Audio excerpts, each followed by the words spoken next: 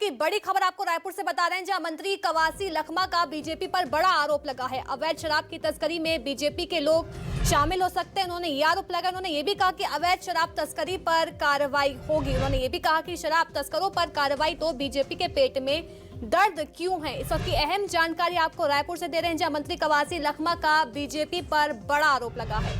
उन्होंने अवैध शराब की तस्करी में बीजेपी के लोग हो सकते हैं ये कहा है। उन्होंने ये भी कहा कि अवैध शराब तस्करी पर कार्रवाई भी होगी।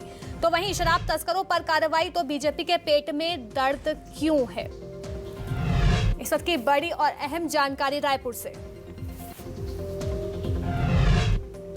मंत्री कवासी लखमा का बीजेपी पर यह बड़ा आरोप है। उन्होंने अवैध शराब की तस्करी में बीजेपी के लोग शामिल हो सकते हैं, उन्होंने ऐसा कहा है।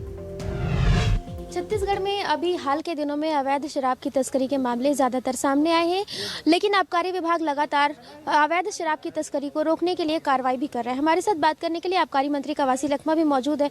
मंत्री जी, आपसे जानना चाहूँगी किस तरीके से कार्रवाई और आने वाले समय में हो सकती है। आज हमारे सरकार ने चाहे अवैध दारू हो,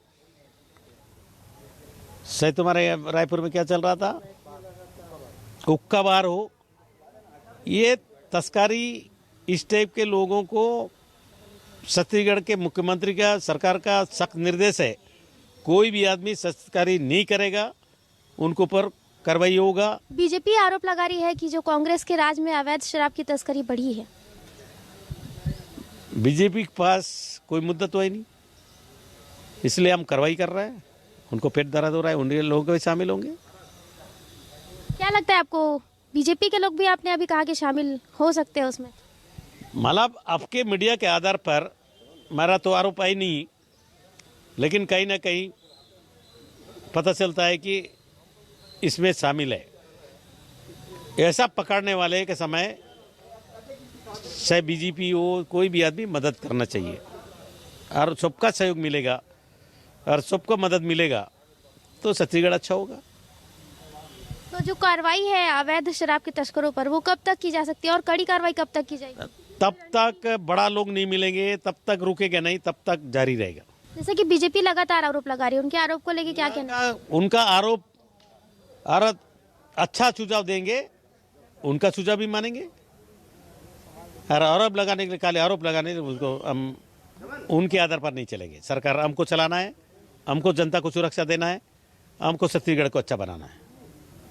जैसा कि मंत्री कवासी लखमा ने कहा कि आने वाले समय में शराब की जो अवैध तस्करी हो रही है उस पर एक बड़ी रणनीति बनाई जाएगी और इस पर ज़रूर रोक भी लगाई जाएगी।